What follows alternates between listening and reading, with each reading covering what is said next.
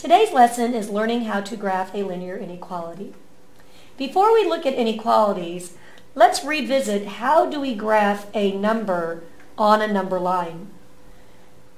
If we look at this first statement, we want to graph x equals 3 on the number line. Do you remember how to graph x equals 3 on the number line? That's correct. If I want to put that 3 on the number line, I go to the 3 and I make a solid circle which indicates where the 3 is.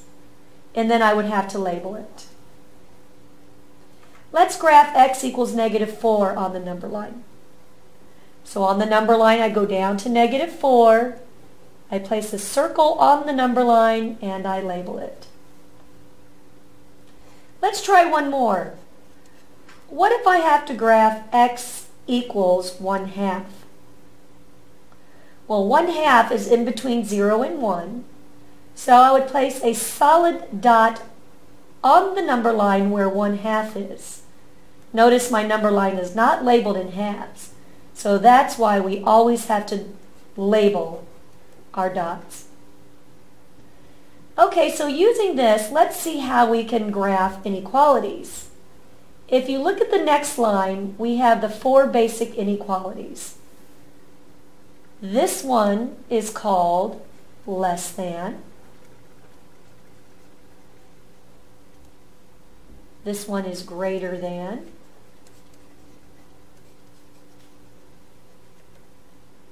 This one is less than or equal to.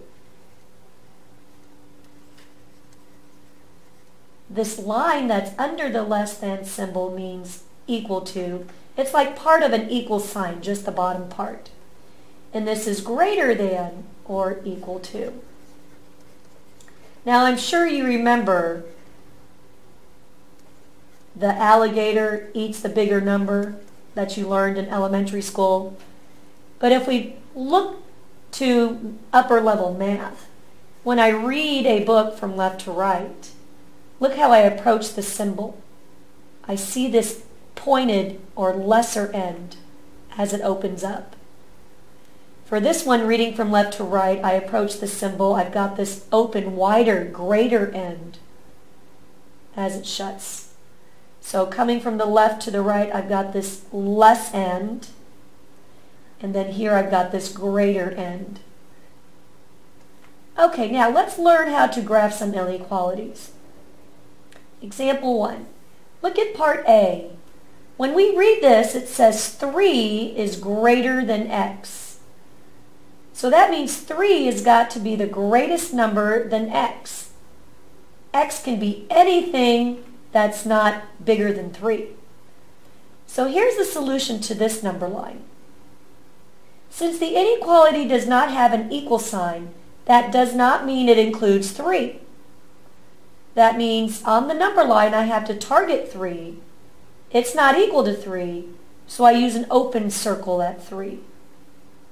And since 3 is the greatest number, anything smaller is a good value for x.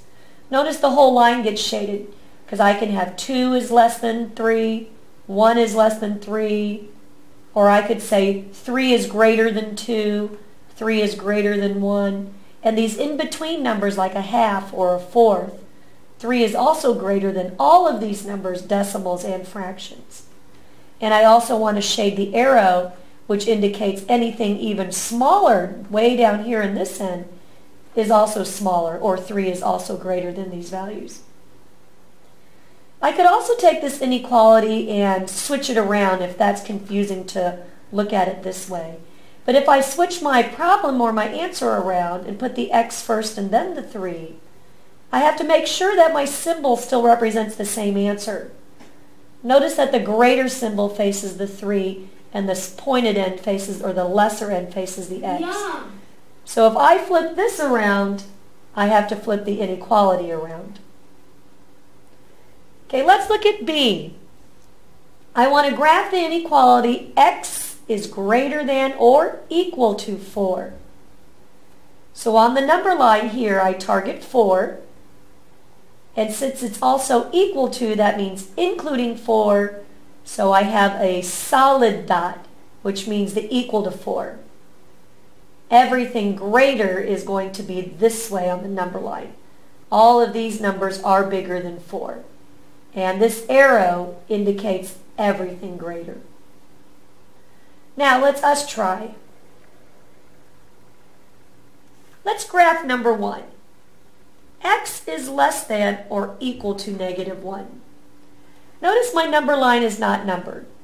So what you're going to have to do is target your -1 and give a value, a minimum value of 1 on each side.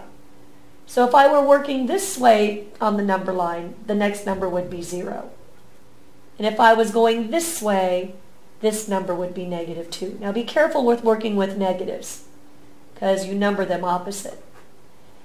Since this is less than or equal to -1, that means it is including -1. I have a solid circle or solid dot. And everything less would be all the values on this number line, decimals and fractions. So I'm going to shade the whole number line on the number line and the arrow indicating everything less. Number 2, X is greater than or equal to 0. So my target number is 0. I'm going to put a number on the right and on the left. If I don't want to go by 1s, and let's say I want to go by 2s, if I go 2 this way and 4 and 6, I would have to count by 2s in the opposite direction to be consistent. So X is greater than, including, equal to 0. So I have a solid dot at 0, and everything greater is this way. So I shade the whole entire number line and an arrow to show all numbers greater. Okay, let's look at number 3. X is less than 0. This time my target number 0 is going to be here. I'm going to go ahead and number by 1s, positive and negatives. Since X is less than 0 and not including or equal to, I cannot put a solid dot to indicate 0. But I have to show where I'm starting at 0 and my circle is open. Everything less, including the arrow, would be to the left. So make sure you shade on the number line, not above or below it. Okay, number 4. I'm going to change colors here so you can see better. Number 4, look, I have -5 is less than or equal to X. So -5 is going to be the smallest number. So I'm going to put a -5 here.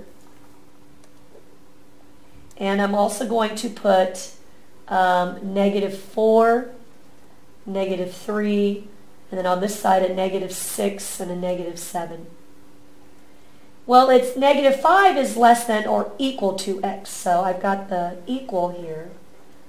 And if -5 is the lesser or the smaller number, all X's have to be greater. So it's going to be all the numbers going this way. Now, some of you might find it confusing in this manner when the X is not first. So if you want, you could flip your problem around. And if you flip that around, remember your inequality needs to have the same answer, so I need to flip that around. And here, again, X is all greater than or equal to -5. Number 5, -3 is greater than X.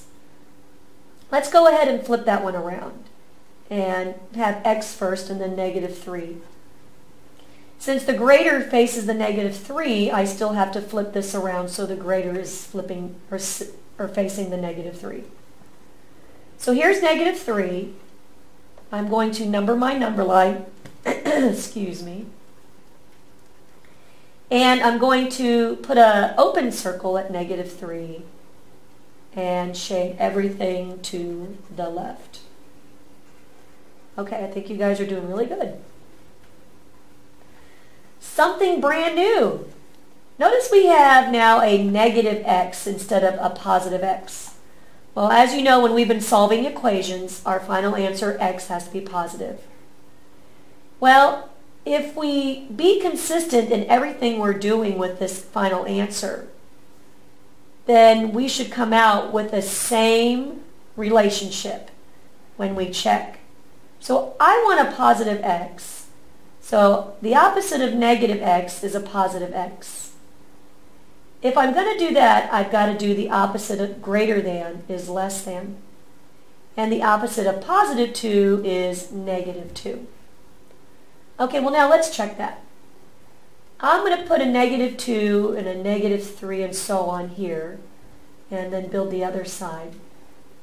I have a less than symbol, so an open circle at negative 2. And everything shade left.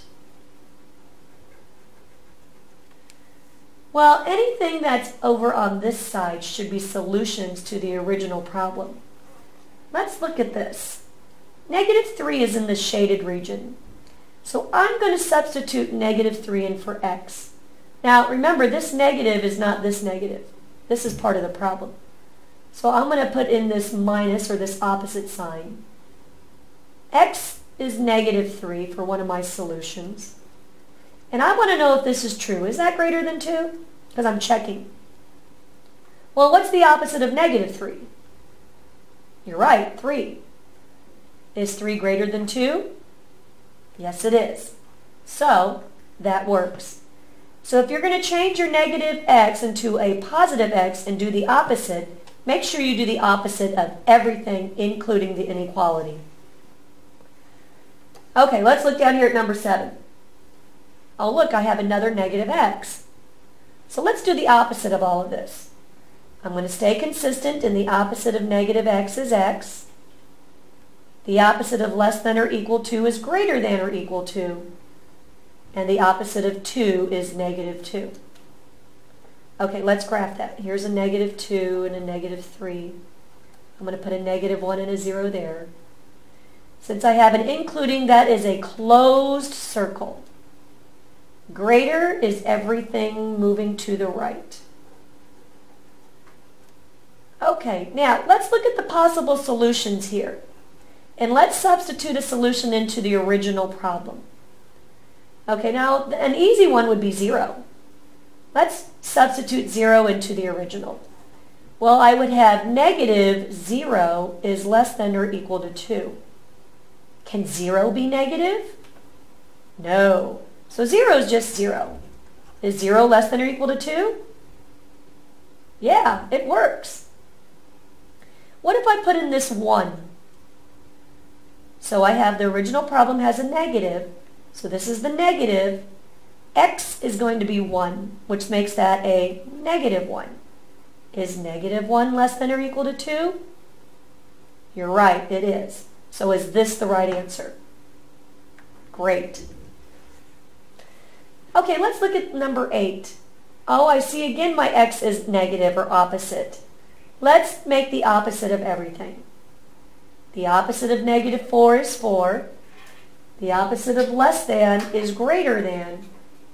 And the opposite of negative x is positive x. And if I want to go ahead and flip this around to graph correctly, I need to flip my inequality around. The greater is facing the 4, so the greater has to face the 4.